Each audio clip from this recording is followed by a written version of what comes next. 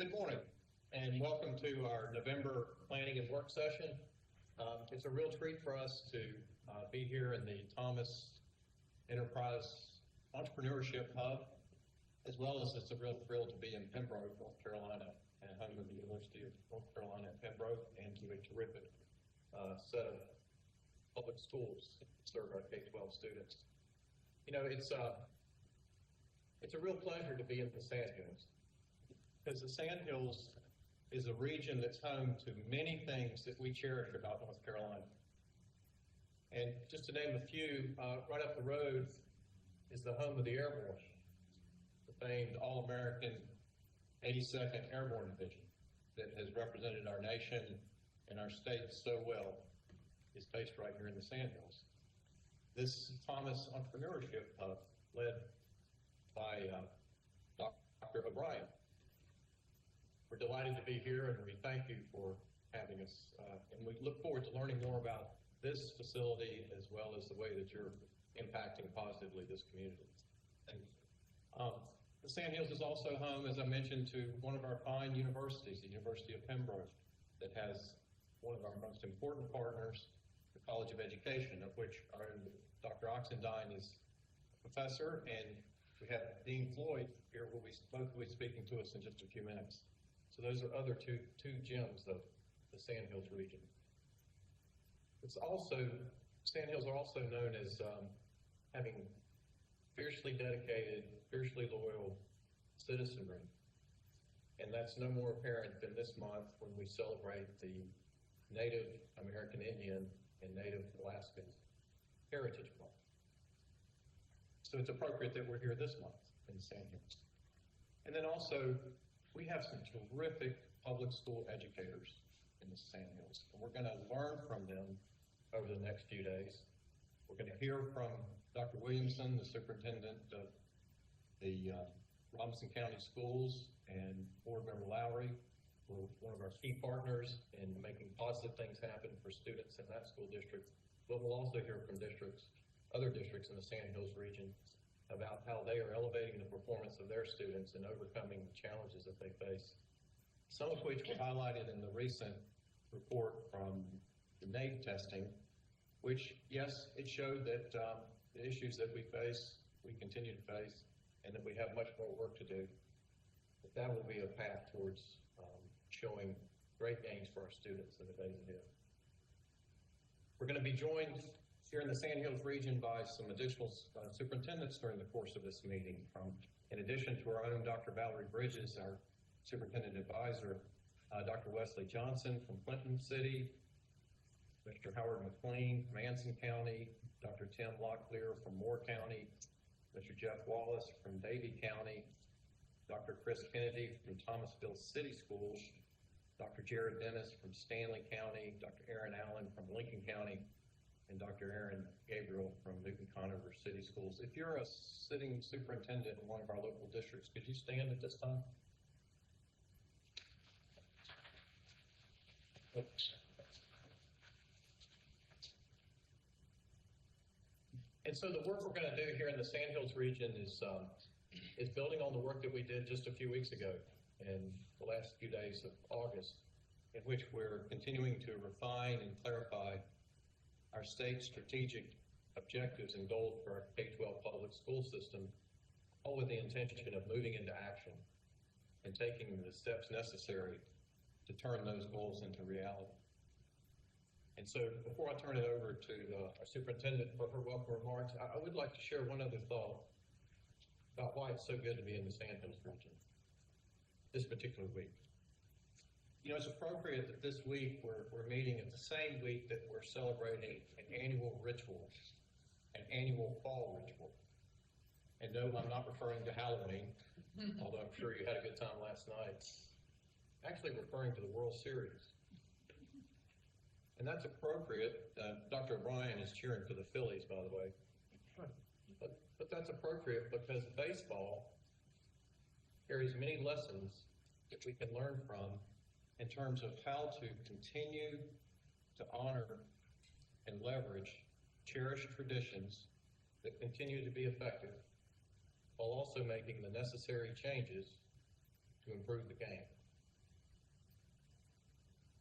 And there's probably no greater change that the sport of baseball experienced than in the late 1940s, when the manager of the Brooklyn Dodgers, Branch Rickey, with the blessing of the owners of the Dodgers, signed a relatively unknown infielder from the Kansas City Monarchs, an American who happened to be born Negro, named Jackie Robinson.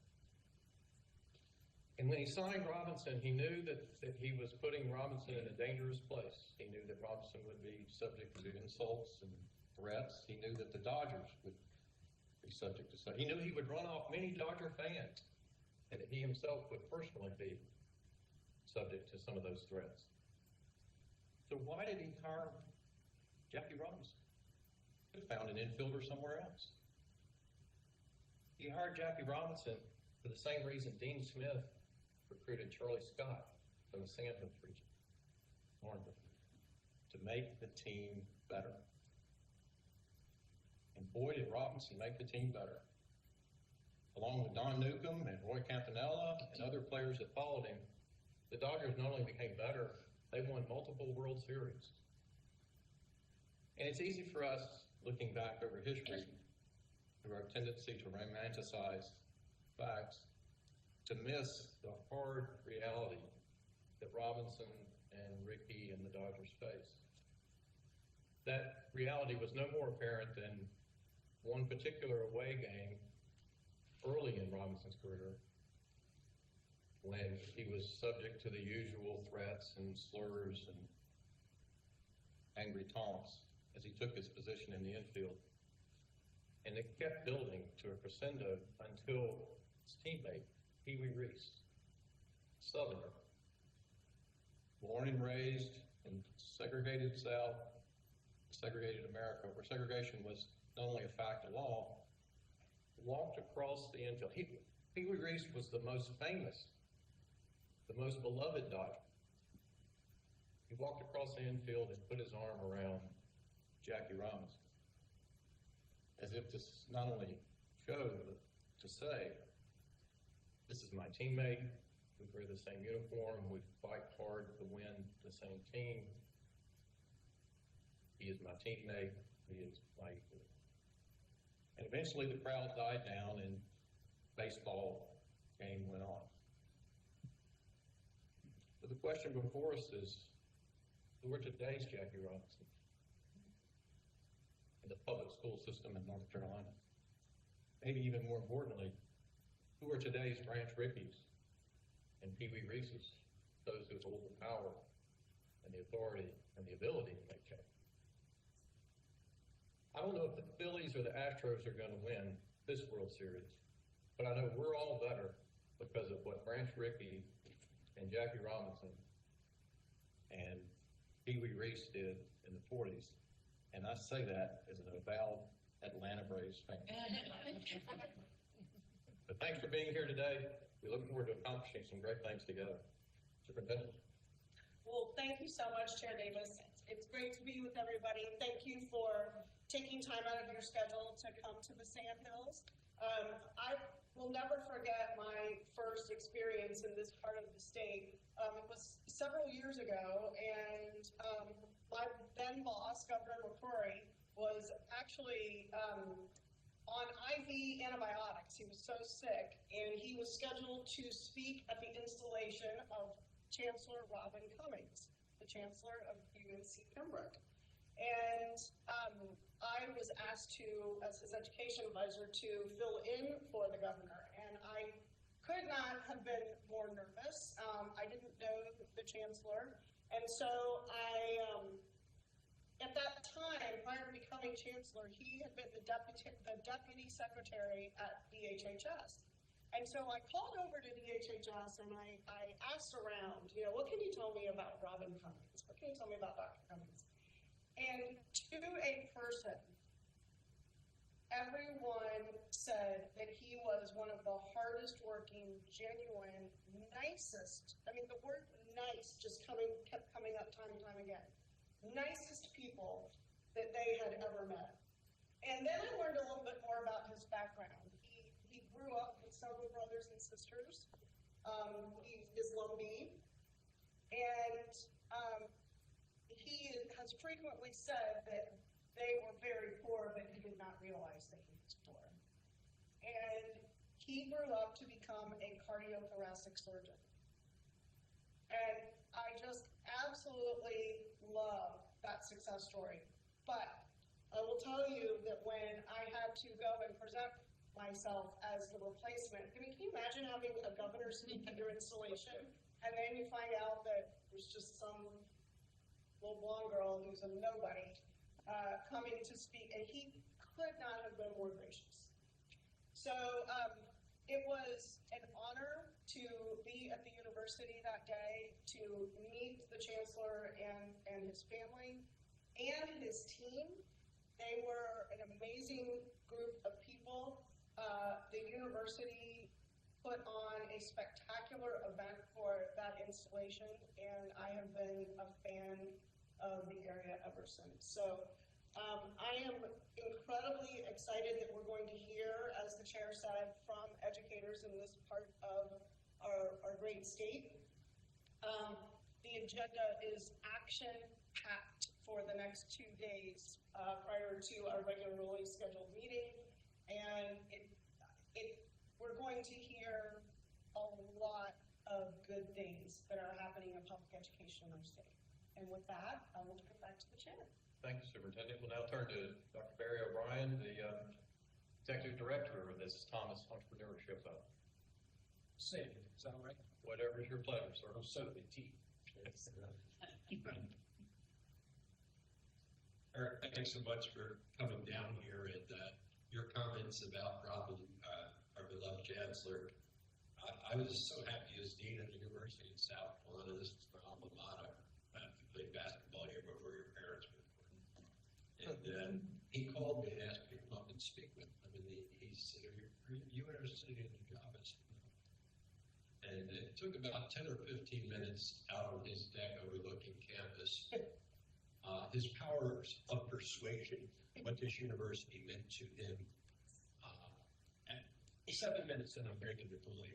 And I had to go back and resign and take a position here. It's sort of interesting that the story you just told. I'm a good bit older than the chancellor, and I had him and his wife in high school when I was doing my student teaching. I turned my diploma down, went back to Philadelphia, worked for 9 months, come back and play another 24 college basketball games, and did my student teaching at Pembroke Senior High School. And, so I love this area. I get off right over there on a Sunday morning. In 1970, there used to be a train station there. No car, my Marine Corps bag, didn't know where campus was. And the people in this community took me into their home. Every weekend I had an invite home until they got to know me. Then it was like, careful that guy. And if I can, just in my comments this morning, when you get your tour of this hub and what we're about here, I'm a conservative economist, social liberal, and Jackie Robinson was one of my heroes, but so are the men and women that start businesses here and create jobs and opportunities. We're slam full here with businesses. We have a waiting list. No one walks in that door with a business idea or a need of any kind. We tell them to go to Lumberton or Fayetteville or, God forbid, Raleigh. We help them right here, and we take great pride in that. And when you talk about the underdog, right behind campus, right behind Dean Floyd's School of Education, we have Communities in School Academy, 6th, 7th, and 8th graders. I had the whole lot of them over to our new school business auditorium. Headmaster, all the teachers, all the staff, and all the students. Chancellor was the first one there to speak. Because we want these kids to dream. If you know anything about that particular school, these kids need a dream. So we've been doing a program for about 4 years here at the Hub. And I'm such a fan. Each of you should have a copy of Who Owns the Ice House. It's really life lessons. What we've done, and we're doing it right now, for about an hour and a half each week, one of our trainers either goes out there to the school or they come here. And we reconfigure it differently. And we teach them a little bit about the entrepreneurial mindset. Everybody says, oh, you're trying to get these kids to become entrepreneurs. Well, that might have been someone else's plan. It wasn't mine. When we take these 8th graders, usually 20 to 25 through the training, my fervent prayer is that they'll become 9th graders. Right?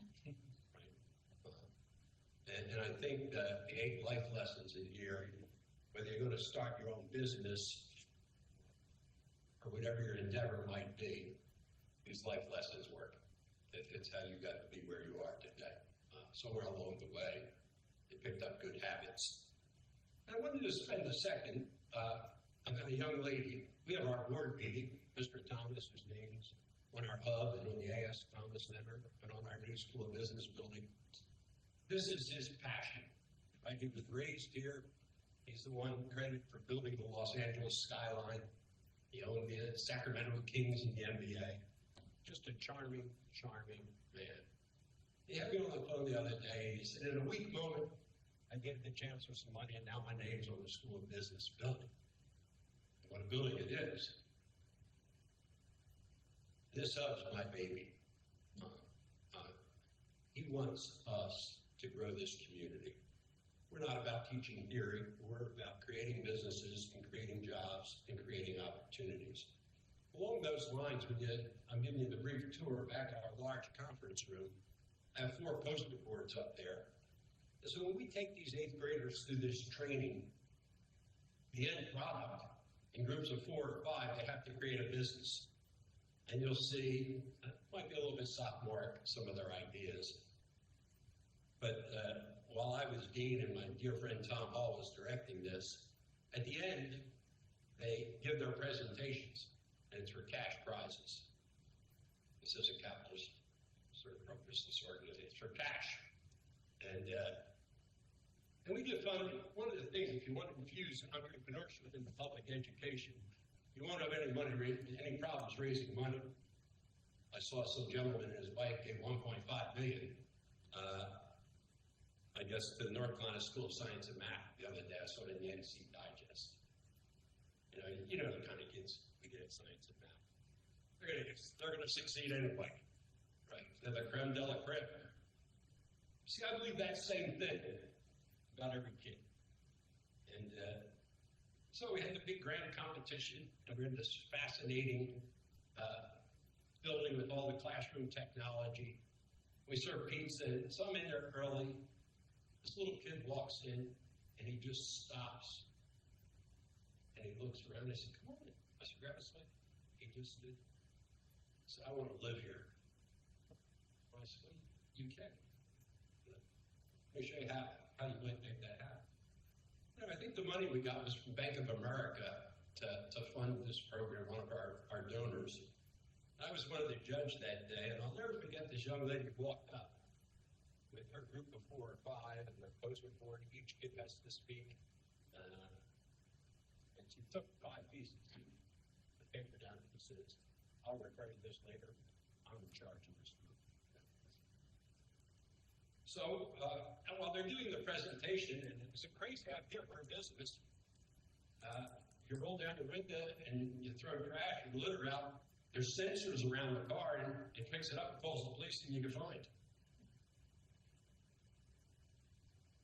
And it's, diagrams, and everyone's spoken. The lady from the bank asked a really good question. And when we're talking about creativity, where did you get the idea? How did you come up with this? And without batting an eye, she said, when my mom and my brother and I were living in our car at Walmart, we saw a lot of people throwing trash out. Well, the young banker next to me couldn't stifle a sob. I turned to my colleague on the right and said, I think we're getting funded again next year. And it's sort of funny. I got to know this young lady who was in charge of that group, and we have followed her closely. We're bringing her back from the high school she's at now. She's a junior for our board meeting in about 10 days. We're keeping tabs on her. No, she didn't start that business. yes, she's succeeding wildly in ROTC, and word got around about this a little bit, and somehow or other, the governor had an entrepreneurship summit in Raleigh, and they didn't have a speaker for lunch, and so they invited her to speak. Now, imagine this 8th grade girl. I know the family situation. One of the posters you see is her younger brother. He went through the training last year. But we were a little traumatized by this, right? We wanted her to be authentic. We also wanted her to look nice. And we wanted her present. And then we just said, let's let Naomi do it her way. And it was a rousing success. And I think the notion that public school teachers have the hardest job in the world. I was the head of the South Carolina Council on Economic Education, and we were all about infusing entrepreneurship into public education. And I would go and train teachers in graduate classes and bring them in, and the National Council on Economic Education created this amazing resource. It's called Virtual Economics. He walked in, Mr. Davis, I was playing with this, just got the latest version. It has like 3,000 lesson plans. And you can download everything. You can't expect public school teachers to be experts in everything. And so we have a lot of tools to infuse entrepreneurship into public education. And I think it makes a big difference. At 73 years of age, I think I'm immortal. Recent events have proven that that's probably rash for me to believe. But about 14 days ago, along with some of the people in this room, myself and some of my colleagues went down. You drive back to Lumberton from here, we have Comtech, which is like an industrial park.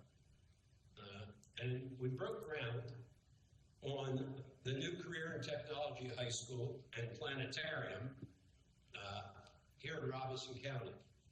The first new public school built in this county in 45 years. You know, I don't look backwards. There's a bunch of people say, oh, that's a crime. Well, we're going to do it this way, right? It just so happens that we have tremendous resources there. That we are going to link the kids that go to that school with plumbers and electricians and other small businesses, graphic designers that are succeeding wildly. We will have a space at that school so that these kids know that they can start their own job and they can create a job for their friends. Everybody says, well, where are you going to get the resources? I got the resources. You've met Megan. I wish I had like 5 of her. You know, down here, we just do it. This building here, we have other entrepreneurs clean it. We run it like a business, and we go get our own. And it's because we have passion. And I couldn't be more proud that you guys are down here in southeastern North Carolina. I'm sure there's more convenient locations geographically for some of you. My wife's from Thomasville. I heard something about the Thomasville Public Schools. Someone is here. But as you're looking around the hub today, feel free to ask any questions, open any doors, look around, and make yourself at home. And welcome to UNC Pembroke, our School of Business in the Thomas Hub. Thank you, Steve.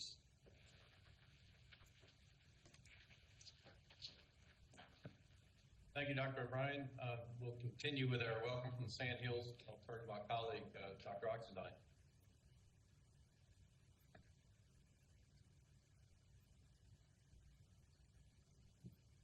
Good morning, everyone, and welcome to my home, Pembroke, where I spent a lot of my time, Dean Floyd and Associate Dean Lisa Mitchell and others. So wonderful. When Maria asked me, what about coming to Pembroke a few weeks ago? I says, what about it? So here we are. So this is the second time State Board of Education has visited Pembroke. First time in 2014.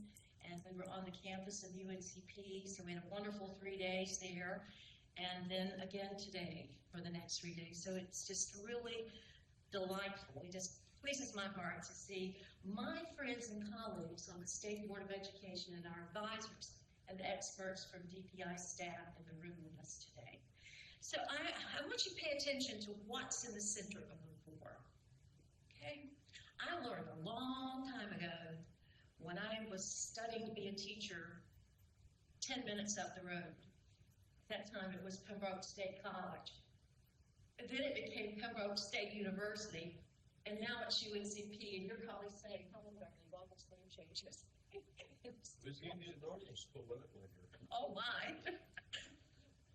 But when I was studying to be a teacher many, many years ago, I had a professor. Her name was Rhoda Collins.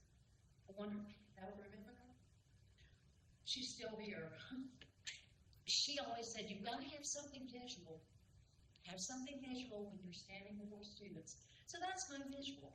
I introduced you to this visual during the July board meeting. We were virtual. I had just moved at home. I had no pictures on the wall. I still don't, by the way. So it was a bare room, and I thought, what can I have as my backdrop? And there in the corner was my quilt. So I grabbed it, put it over some boxes, and that was my background for the day. I want you to pay attention to this. This was given to me by my grandmother over 50-some years ago as a wedding gift. It was given to her in 1921 by her mother, who, I suppose about circa 1915, around Robeson County, were Indian women who were organizing groups to make quilts. And the quilt pattern, as you can see, were pine cones. The pine cone is a symbol of the Lumbee people. So those are 4 pine cones. So I didn't know the value of that quilt. My grandmother gave it to me as a wedding gift. I was 23 years old. I just wanted to move on to New Jersey with my new husband and start from life. Forget a quilt. I can get a nice blanket. So many years passed. My husband and I moved around the country. The quilt always was in a garage sale, folks. Can you believe it? Because I didn't know the story behind it. In a garage sale. Anytime we were ready to move, okay, put it in a garage. No one bought it. I would go inside at the end of the garage sale day, and my husband would say, well, how did it go? I'm bringing back in this quilt. I can't believe it. So a few years before my mother passed away, she came over to visit. We were living in Southern Heights. And she says, do you still have that quilt that your grandmother gave you? I says, I do. She says, bring it down. I want to tell you the story. She told me the story. I am telling you. I cringe to this day to think that this quilt came so close to being bought somewhere in Chicago, then again in Spartanburg, South Carolina. These were the places we lived. New Jersey. But here it is with me today, and it means so much. I want to make it part of my story. So just stay with me for about 5 more minutes. The Sandhills. I love the Sandhills. You're in the Sandhills. You're kind of in the heart of the Sandhills. So I'm going to take you on a tour around the Sandhills. First, we're going to go to the farthest eastern end of my region. It was kind of borrowed, I think, from maybe the southeast region. It's Sampson County. Sampson County is also home to the Clinton City Schools. Sampson County is lovely. Sampson County is rural. Sampson County is farming. Just expansive, beautiful fields. There's still farming in the veins of the people in Sampson County. They're common sense educators. Some of you may remember Spivey's Corner. Spivey's Corner is in Sampson County. It is noted for the hollering contest. Remember Johnny Carson. I grew up with Johnny Carson, late night TV. And Johnny Carson occasionally would bring the winner of the hollering contest on his program. I don't think the hollering contest, that kind of weird on my face, seems like it's no longer there. But anyway, that is Sampson County, and that is Clinton City. Then we're going to dip down to the border of my region. That is Columbus County and Whitefield City Schools. Still rural, still country, still beautiful, still farming, known for strawberries. It is the gateway to South Carolina's coastal plains. We know it, kids know it, and shackers know it as Myrtle Beach. So when you get to Columbus County and Wineville, you're not very far, about 45 minutes on into another state, into South Carolina. Now we're going to go over to Cumberland County. Cumberland County is Fayetteville, North Carolina. Cumberland County is home to Fort Bragg. It's home to the 82nd Air. It is also home to the headquarters of Special Operations. Fort Bragg is one of the largest installations, Army installations in the country. It sits on the counties of Hope County, and also a smidgen, just a little bit of Moore County, which is Southern Pines. When my husband and I moved to Southern Pines many years ago, we were, I shall never forget this, in the middle of the night, we'd been in the home about maybe 3 weeks, and we just heard an explosion go off. And it was the artillery range. We were just right bordering Fort Bragg, and so my husband ran, and I was really frightened, and he was frightened. But I thought, we purchased land on an artillery range, but that's just how close. That's how expansive Fort Bragg is and how it reaches over into, definitely, I would say, maybe more than one half of Hope County's government land, and a large portion of that land is occupied by Fort Bragg. So, we're also going to talk a little bit about, I'm very happy to share this with you because this is new research for me.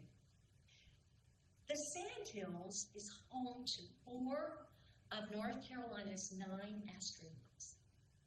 9 astronauts coming from North Carolina, and 4 of them come from the Sandhills. So we have Bladen County with Curtis Brown, right? We also have William S. MacArthur from Robinson County. We have Ellen Smith from Cumberland County, and we also have our fourth one is actually from Cumberland County as well, and I'll have to get the name for you here. But 4 astronauts of the 9 from North Carolina. Now we're going to go over to an area that celebrates with bagpipes, that celebrates with kilt skirts, that takes part in the Highland Games, so that the Scottish ancestry runs through the veins, runs through the streams, runs through the rivers of my region, and that is Scotland County. Now I'm going to take you to the farthest western side of my region, which is Richmond County. And Richmond County is made up of Hamlet and Rockingham. Those are the 2 large cities, sizable places. And dare I mention football, rah, rah, rah, but I shall do that because in Richmond County we have one of the legacy football teams. They're Richmond Senior High Raiders. And behind that football team is the absolute epitome of community support and parental involvement. So it galvanizes little Richmond County. My region is known for 3 of the state-recognized tribes. We have the Coharie of Sampson County and Flint City. We have the Waccamaw of Whiteville and Columbus County. We have the Lumbee of Robinson County. You are on Lumbee land today, and the tribal headquarters are within 3 minutes of this location. So the Lumbee people are of Robinson, Scotland, Hope, and Cumberland County. We are the land of the Leandro court cases. Hope County, Robinson County, Cumberland County, the initial plaintiffs. We are also the home of the Hays Pond, riddance of the KKK, on a January 9th, 1957. So Hays Pond is in Maxon, which is another, I would say maybe no more than about 5 miles west of here, going toward Laurinburg, North Carolina. We are the home of 5 EPPs. We have our historical Black University, Danville State. We have Campbell University. We have Methodist University. We have St. Andrews University, which is located in Warner. And of course, we have UNC Pembroke. UNC Pembroke began as a normal school, the Croatan Normal School.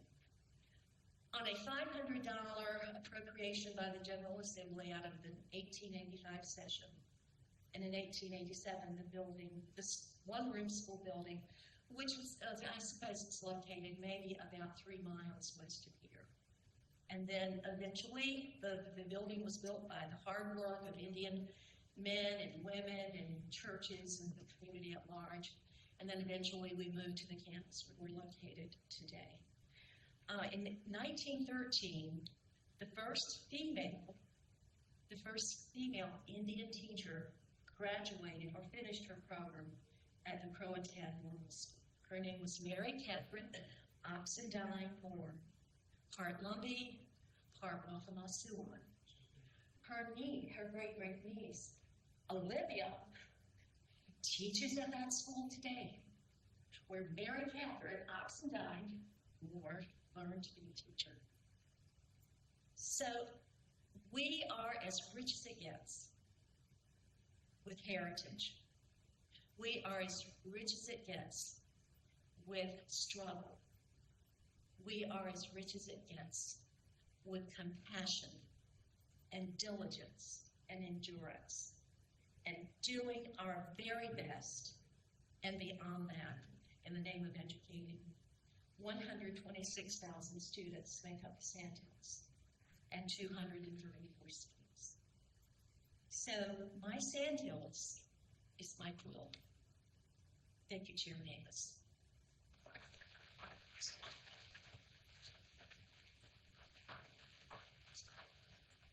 Thank you, Dr. Oxendine, and now on behalf of the Chancellor, I'll turn to Dean Floyd to make some remarks. Good morning. Before you long, but I wanted to make sure that you do feel officially welcome. My colleagues have done a fantastic job in conveying that message. I'm Lori Floyd. I have the pleasure of serving as the Dean of the School of Education here at UNC Pembroke. I say pleasure, but it really does feel like a privilege.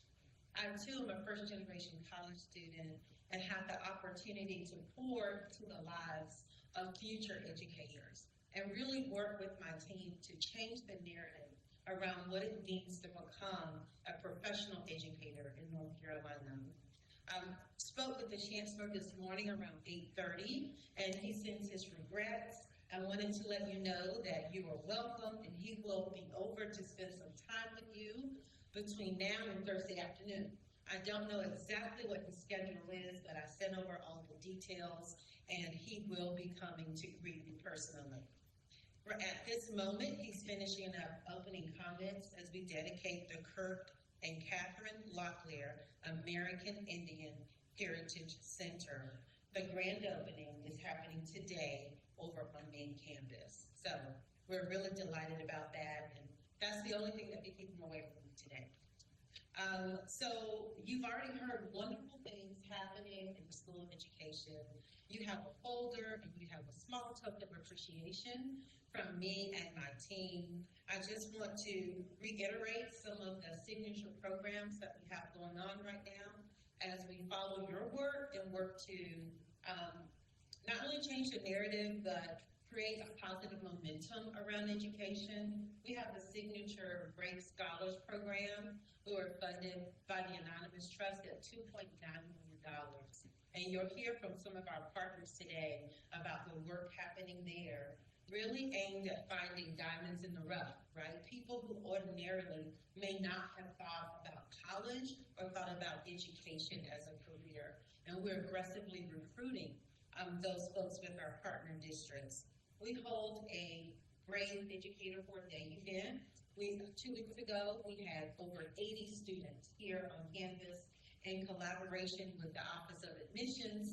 They got to not only talk with admissions and financial aid, they heard from me, they got swag bags, and really a lot of rah-rah momentum, including eating in the cafeteria, to sway them to come to UNC Pembroke to choose education as a profession. We're delighted to have our Teaching Fellows program, and you'll also see a one-pager there in the folder. So as you go through the information, if you have questions, myself and my associate dean, Lisa, will be in and out with you throughout your time here. You know how to reach me, and welcome, welcome, welcome. Glad that you chose UNC Pembroke. Thank you.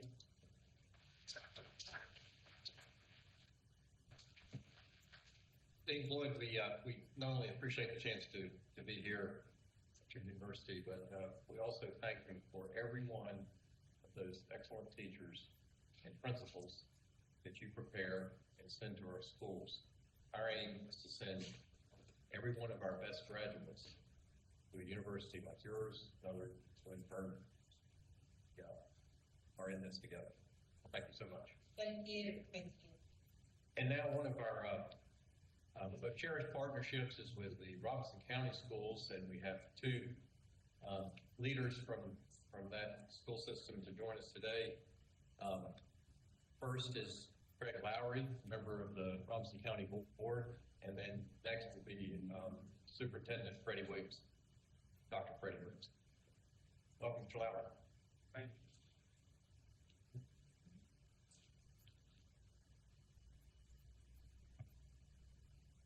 Couple of comments before I say what I plan to. Superintendent Truitt, I'm glad you have a very good idea of our chancellor. If you want some more information, we graduated from high school together. See me at lunch. I'll give you further background in his earlier days. This young gentleman, now, I'm not as old as him, Dr. O'Brien, but I remember him playing basketball at the university. Very good basketball player. Spent many a days out there watching ball games. I remember when he left and he came back. So, as a matter of fact, when he came back and did the student teaching at Pembroke Senior High, one of his students was my wife. She's going to be mad when she finds out she refuses that. Good morning, State Superintendent Truitt, Chairman Davis. Again, my name is Craig Lowry. I'm the District 5 School Board Representative for the Public Schools of Robeson County. I'd like to take the opportunity to welcome you to my hometown. This is where I grew up and went to school, Pembroke, and to the Robeson County as a member of the School Board of Robeson County Schools. It's an honor and privilege to have you here. Over the last few years, several years, we've had members of the state board come in to Robeson County and provide assistance to different programs that's been worked on, and we value that assistance. It's been very good. We're appreciative of it. Met Mr. Duncan a few years ago. I knew Dr. Oxendine, and there's been other ones that have come and left, but we've always been appreciative of that assistance, and we welcome you here at all times, anytime you can make it. Now, the one thing I do want to emphasize, and Dr. O'Brien took part of this, to say we're excited about this career in technology schools is an understatement.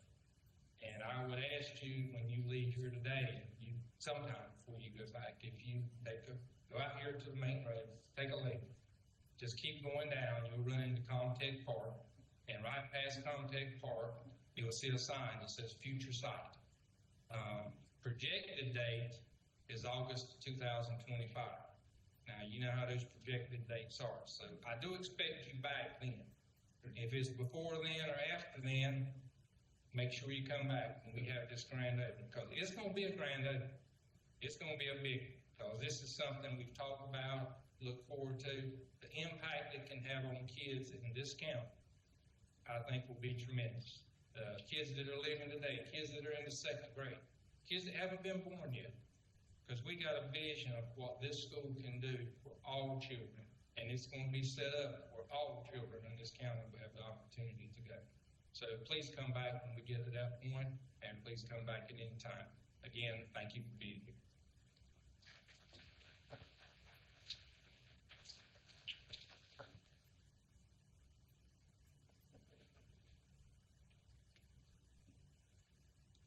Chairman Davis, Vice Chair Duncan, and members, thank you for your presence today. We're excited to have you in this great county and the opportunity to hear from you I want to say thank you, and I had a long list, but no need to repeat all the great things you've already heard about this county.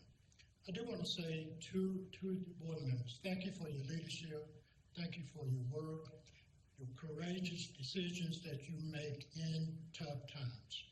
Appreciate the work of helping us to close the lost learning gap.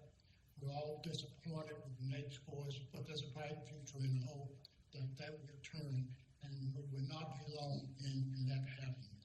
Also, we want to say thank you for the vision at the same time of the portrait of a graduate.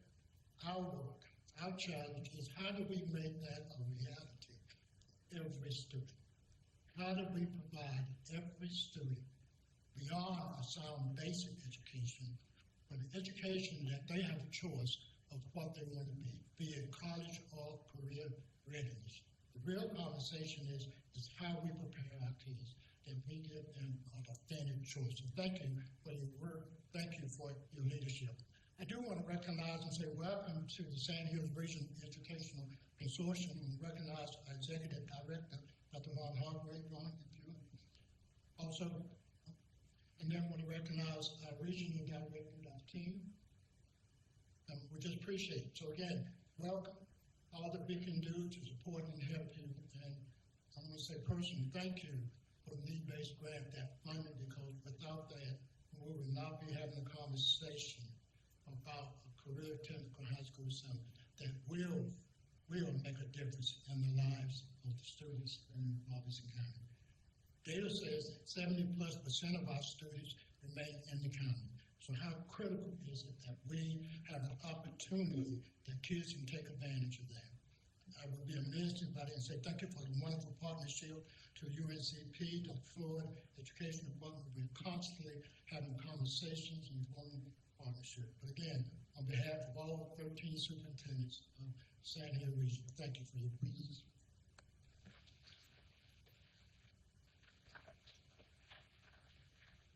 And now to round out our welcome, I'll turn to our Director of CTE, Ray Michaels.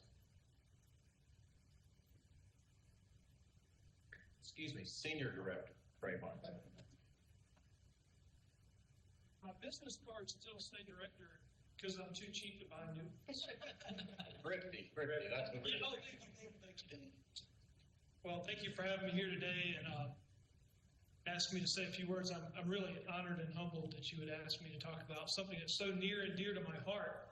Entrepreneurship. My best friend is an entrepreneur in the eastern part of the state. He owns a couple of small businesses, and there are a lot of nights when we have a lot of calls and we talk about payroll, growing business, incremental revenue, and I could go on and on about the things that we talk about, but I'm very passionate about entrepreneurship, and it's great to be in a facility here that's dedicated to the true fuel of our economic engine, entrepreneurship. I want to thank you all for meeting here this week, for holding these important strategic planning sessions and really thinking forward about the future of education for our children, particularly the two that I've got at home as a 9th grader and a 7th grader in our public schools.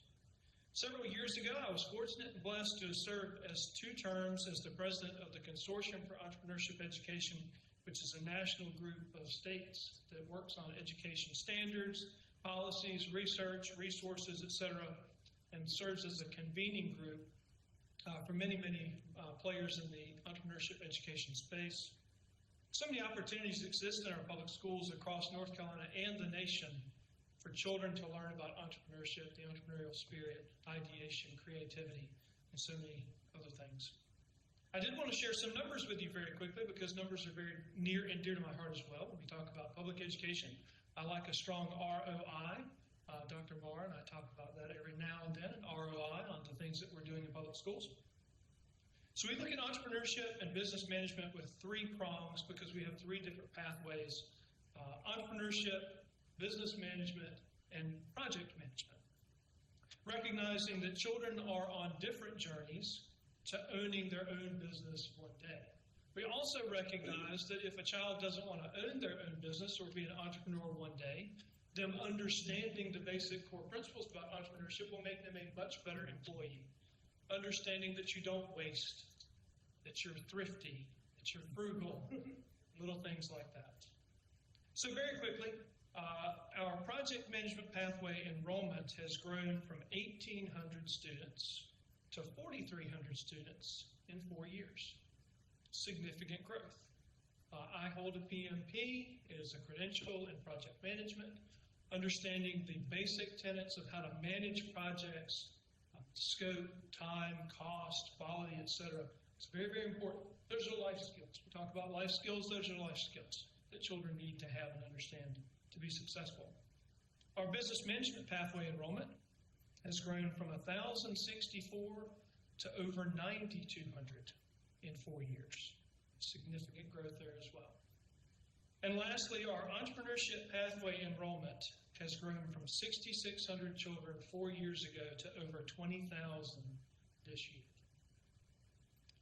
Additionally, we added a middle grades exploratory module in entrepreneurship several years ago, and this year there's over 18,000 children that are in 6th, 7th, and 8th grade taking that module. Much of this is post-pandemic. Does that mean that children are interested in owning their own, growing locally, so setting their own course? Hopefully, maybe, we believe so. Wouldn't it be great if all of our local economies such as this could grow and keep their own talent here in local communities? Thank you for having me. I hope you have an amazing week, and thank you for all that you do for our children. The last thing that I'll leave you with is the entrepreneurs of tomorrow are sitting in our classrooms today. Let's help them make it happen. Thank you.